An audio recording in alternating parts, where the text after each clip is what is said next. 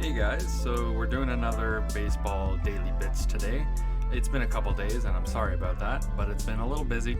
It's getting a little more busy with school and everything like that, so I'm trying to keep up as much as I can, and so here's another one for today. The first thing that happened this week was that Drew Smiley was signed to the Braves for 1 year and $11 million.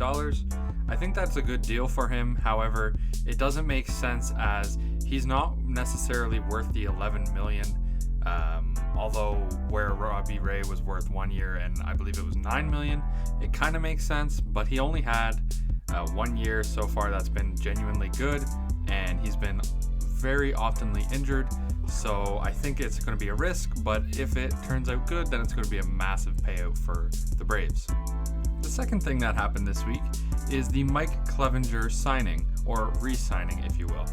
Now, San Diego paid him, I believe it's 2 years and $12 million for his kind of paying out his arbitration years. However, this has kind of been bringing a lot of hate, I guess, towards the Padres because his first year will be off due to Tommy John, as he announced that he was going to be doing the surgery on Tuesday. So that is yesterday. Keep in mind, him getting 2 years and $12 million, that is the maximum he can get. The minimum I believe he's getting is $11.5 million for the 2 years, and that's split in $3 million for the first year, $5.5 million for the second year, and I think it's $3 million between deferrals and signing bonus. So I don't think it's a poor deal for the Padres. I think it's perfect because even if he only has 1 year, $12 million, that's only $1 million more than Drew Smiley. And in my honest opinion, Clevinger is much better than Smiley, even with the risk of coming back from Tommy John. Another surgery actually happened this week, and that was from Cody Bellinger, who is getting surgery on his right shoulder from the now famous injury he got from celebrating his home run, where he dislocated his shoulder while doing the arm thing, that thing. Anyway, he injured it then, he had it popped back in, he played the rest of the time, and he ended up having to go get surgery. So it says he'll be back in about 10 weeks, and he should be good for spring training, so that's perfect for the Dodgers. The biggest news that's happened so far this week is that Theo Epstein, who is the Cubs president, stepped down from his position and said that he is going to be taking a year off. And many different sources say that he's not going to be signing with any other team right now. Some people are saying that he's just doing this to sign with another team.